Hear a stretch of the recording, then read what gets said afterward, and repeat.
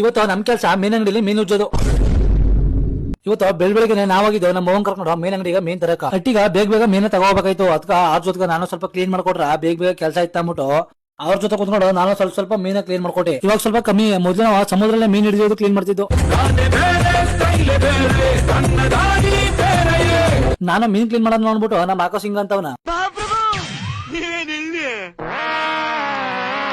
ಅಟ್ಟಿಗ ಮೀನ್ ಮಾಡ್ಬಿಟ್ಟು ನಮ್ ವಿಕ್ಕಿ ಕರ್ಕೊಂಡು ನಾವಾಗಿದ್ದು ಸೊಸೈಟಿಗೆ ಟೋಕನ್ ತರಕ. ಮಧ್ಯಾಹ್ನ ಮೇಲೆ ಎಲ್ಲ ಅಮೌಂಟ್ ಟೋಕನ್ ತರಕ್ ಹೋದ್ರ ಅವಾಗ್ಲೂ ಅಷ್ಟೇ ಜನ ಸಾಗರ ಅಯ್ಯಪ್ಪ. ಈ ತರ ಸಿಸ್ಟಮ್ಗಳು ನಮ್ಮ ಭಾರತದಲ್ಲಿ ಬಿಟ್ರೆ ಬೇರೆ ಎಲ್ಲೂ ಸಿಕ್ಕಲ್ಲ ಬಿಡಿ. ನಮ್ಮ ಮೈಕ್ಳುಗಳು ಸ್ಕೂಲ್ ಬಿಟ್ಟ ಮೇಲೆ ಅಲ್ಲೂ ಕರ್ಕೊಂಡು ನನ್ನ ಮಾತಾಡ್ಸ್ಕೊಂಡು ಹೋಗಕ್ ಬಂದು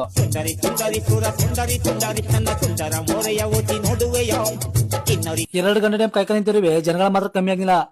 ಹೋಗು ನಾಳೆ ತಗೊಂಡ್ರೆ ಆಯ್ತಾ ಅಂದ್ಬಿಟ್ಟು ಒಟ್ಟಿಗೆ ಹೋದ್ರ ನಮ್ಮ ಕಾಶ್ಮೀರ ಎತ್ಕೊತಾಳ.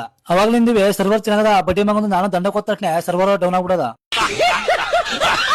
ಊರಿಂದ ನಮ್ ದೊಡ್ಡವರು ನಮ್ ನೋಡಕ ಬಂದ್ರ ನಮ್ಮ ಮಟ್ಟಿಗೆ ನಮ್ ಸಂಬಂಧಿಕರುಗಳು ಬಂದ್ರ ನಾ ಫಸ್ಟ್ ಚೆಕ್ ಮಾಡಿದವ್ರ ಕೈಲಿ ಬ್ಯಾಗ್ ಅಲ್ಲಿ ತಿಂಡಿ ಗಿಡ್ಡಿ ತಗೊಂಡಿದ್ದೀರ ಅಂತ.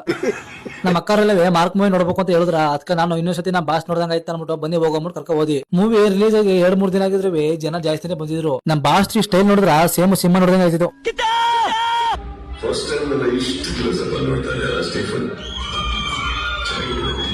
ಎರಡನೇ ಸತ್ ನೋಡ್ರಿ ಒಂದ್ ಚೂರು ಎಲ್ಲೂ ಬೇಜಾರಾಗಿಲ್ಲ. ಯಾಕಂದ್ರ ಮಾಸ್ ಡೈಲಾಗು, ಡಿಸ್ಕೋ ಡ್ಯಾನ್ಸ್, ಕದರ್ ಫೈಟಿಂಗು.